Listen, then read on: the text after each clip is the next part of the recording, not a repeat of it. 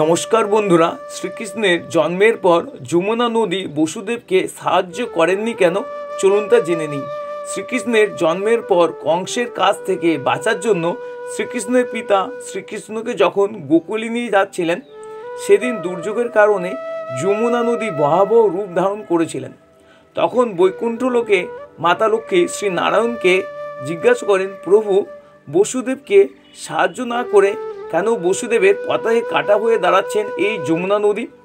যমুনা যদি এইভাবে বসুদেবের বাধা সৃষ্টি হয়, তাহলে বসুদেব কিভাবে গোকুলে পৌঁছাবেন?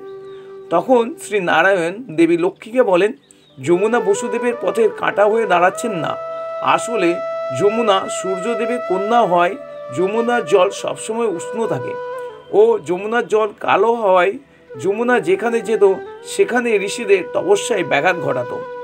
একদিন ঋষিরা ক্রোধে যমুনাকে কালিন্দী রূপে পৃথিবীতে যাবার অভিশাপ দিল। তখন যমুনা শ্রী বিষ্ণুর শরণাপন্ন হন এবং শ্রী বিষ্ণুর কাছে অভিশাপ থেকে মুক্তির আবেদন করেন। তখন ভগবান বিষ্ণু যমুনাকে বর দিয়েছিলেন, যখন আমি দাপর যুগে পৃথিবীতে জন্মগ্রহণ করব, তখন আমার চরণ স্পর্শ করলে তুমি সমস্ত অভিশাপ থেকে মুক্তি হবে।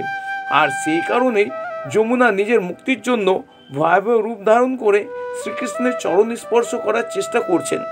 বন্ধুরা, ভিডিওটি যদি ভালো লেগে থাকে তবে অবশ্যই লাইক ও সাবস্ক্রাইব করবেন আর কমেন্ট বক্সে অবশ্যই লিখবেন জয় শ্রীকৃষ্ণ। ধন্যবাদ, নমস্কার।